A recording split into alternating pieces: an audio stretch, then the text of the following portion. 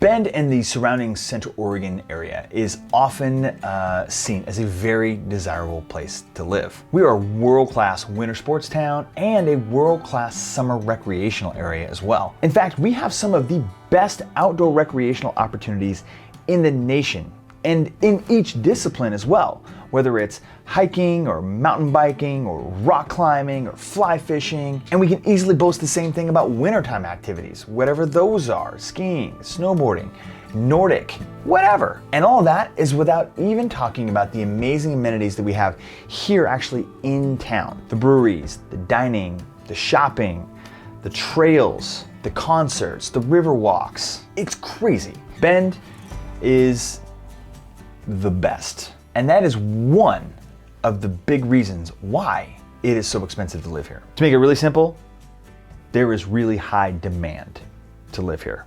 But that's not the whole story. Today we're going to take an in-depth look into the supply side of the local real estate market and explain one of the most challenging issues facing this supply market: the urban growth boundary. All right, let's get right into it. Now, the original intent behind the urban growth boundary, I would say, was a very noble one. You see, back in the 70s, it was proposed to help keep urban sprawl to a minimum and to keep, developments kind of within cities where they should be, right? You see, much of the land over in the valley where most of the people live and most of our laws and regulations come from, land over in the valley is very fertile. It's great for agriculture, farming, and there's some pretty cool outdoor recreational areas over there as well that are worth preserving. And our state government wanted to slow down development outside of the city where it was encroaching on that farmland and created the urban growth boundary land use laws. Now, most people have no idea what that is or what this means. But if you really break it down, it's actually kind of exactly what it says. It's a boundary on urban growth. All right, so let's say you're a developer and you've got some bread and you get your eye on this piece of property just outside of town, right off the freeway on the right-hand side. Boy, it would have some incredible views. And since it's a few miles out of town, the land is much cheaper too, meaning you could probably make a pretty good profit, and houses would sell like hotcakes because you'd be able to sell them for cheaper than you could find in town as well. Seems like a win-win for everyone. Great idea. Except you can't do that here in Oregon. The UGB development laws essentially mean that there's an artificial boundary line, basically the city limits, and that is the boundary for where you can develop property. Now, this began going into effect in the 70s and mid 80s, and since 1981 there have been 9 UGB expansions in Bend. Some have been expansive and some have been fairly minor. Now, these urban growth boundaries are supposed to keep enough land open and available for 20 years of housing supply, meaning there should be plenty of readily available land to grow into. Except that isn't really what's happening. Getting UGB expansions has been a challenge. The last UGB expansion in Bend was in 2016 and it took 12 years to finalize. Yeah, that's right. They started the process in 2004. It included 69 volunteers on 3 advisory committees and over 70 public meetings. Hold on. Can we go back to the part where it took 12 years to finalize a plan to include enough land for 20 years? Hey team, we're running out of land to build houses on around here, and apparently everybody wants to move to Bend. So let's go ahead and start working on expanding the UGB. One eternity later. So big deal, you have to develop within this UGB. How does that hurt supply? Well, you're right. Sometimes in some cities, simply the concept or the idea of having a UGB in place doesn't necessarily affect any sort of supply and demand issue if there's already enough space for expansion and for development. First of all, I thought this was just an Oregon thing. Turns out there are 12 UGB land law states. Here's what's wild. Tennessee is one of them. If you've been following this channel for a little while, you may or may not have known or heard that I'm actually from Tennessee. I'm from Nashville. And I can assure you, UGB laws don't really constrain anything from my experience in the Middle Tennessee area. Because in the example that I mentioned earlier about a developer grabbing some land just off the freeway outside of town, that happens all the time in Middle Tennessee. I know from firsthand experience. I've seen it happen. So, in 2016, we expanded our UGB that should have allowed enough open land to be developed, brought into the city limits to last us for 20 years, right? Till 2036. Well, we're 8 years in already, 9 years I guess, and we're already running behind. well behind. Emergency land acquisitions have already happened in 2021.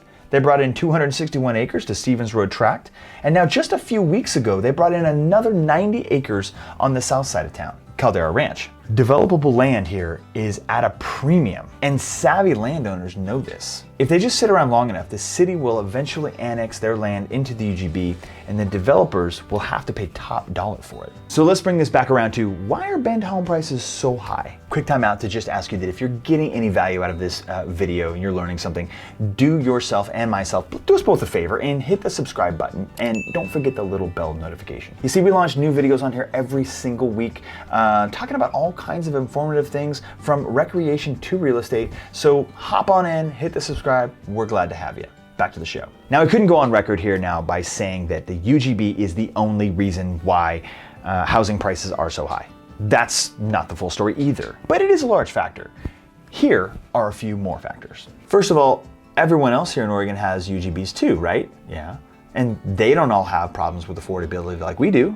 Well, I mean, some do, yes. But an additional layer to Bend's UGB complexity is that the last time when we expanded our UGB in 2016, we were already like 12 years behind. Remember, 12 years behind? Other communities who are more on top of their long-range expansion plans had an easier time expanding their city limits and took less time to get it approved. Redmond, for example, had plenty of land ready and available to develop on. So they have had plenty of land to expand on over the past 10 years. This falls pretty squarely on the shoulders of previous Bend City councils. The next thing that most people don't fully understand, because it's not something you hear in the news, is that back in 2008 to 2010-ish, the housing industry lost an entire generation of tradespeople. Framers, roofers, plumbers, electricians, people who actually build houses. The Great Recession kicked them out. They either retired or were forced to find different work. And now, look around. The last decade, these are not the kind of sexy jobs people want to get into. Why swing a hammer when you can go to college and learn to be a social media influencer? My point is, it's taken a really long time to build back up that labor force. I've sat in on my fair share of building and construction meetings and conferences, and the number one thing that I hear is that builders need more trained trades. What's funny is they have a ton of project managers, foremans, site managers, whatever you want to call them. Colleges just print them out by the hundreds. But today, it's unpopular to go into the trades and learn how to plumb or wire a house or paint or hang siding. Fortunately today, that is starting to change. You can make a good living in the trades, but we're still 14 years behind the curve. Oh, right, and if you're wondering how that affects housing, well, because if you don't have workers, you can't build homes, right? And if you can't build as many houses, you also have low supply. Trust me, if Polish could build more homes faster, they would. You see, because all of this really comes back to supply and demand. We don't have enough land queued up for development. And what we do have shovel ready, we can't build on fast enough because we don't have enough workers. Then we should probably also talk about these 2.5% to 3.5% interest rates. Gosh, remember 2020?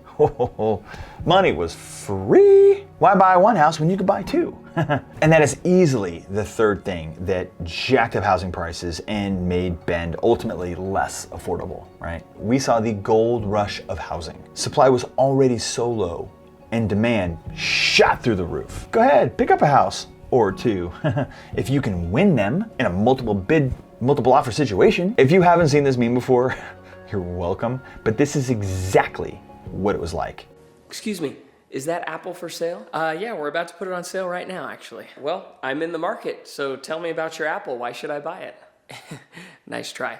Okay, people, here's how this is gonna work. I have an apple here. The highest bidder's going home with this. I want all bids in the next 2 minutes, then we're closing it. Bidding starts at $5. Feeling pretty confident there, huh? I mean, don't you think... $10. He said starting at 5. 15. Is this a new apple? Yeah, just listed. I'm pre-qualified. I'll pay cash. I got cash. 20, 30, 40. No, just make it 45. Is it even worth that? 50. I don't know. Please, this is the 8th apple I've tried to buy. Could I at least see it up close? Nope, it's an apple. You know what it is. You either want it or you don't. I'll take it for 100. What? I'm from California. It's the cheapest apple I've ever seen.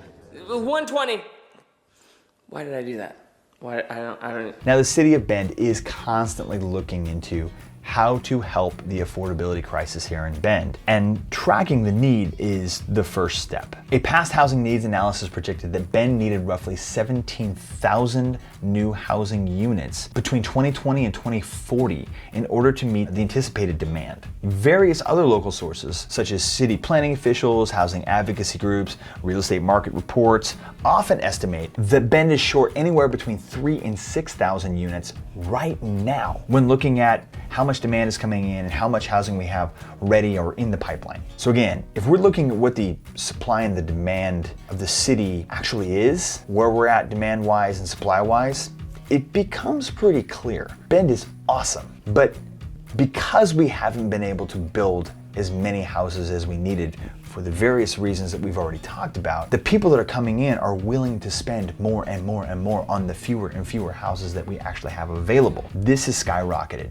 for 12 years now. So here's the deal. If you want to know more about this or more about the market in general, or if maybe you want to buy or sell here in the area, my team and I would love to be your local real estate resource of choice. You can go to KrommRealEstate.com, reach out to us there, or reach out to us on social as well. We'd love to connect. Thanks so much for watching. We hope you got some good value out of this video, and we'll see you in the next one. Cheers.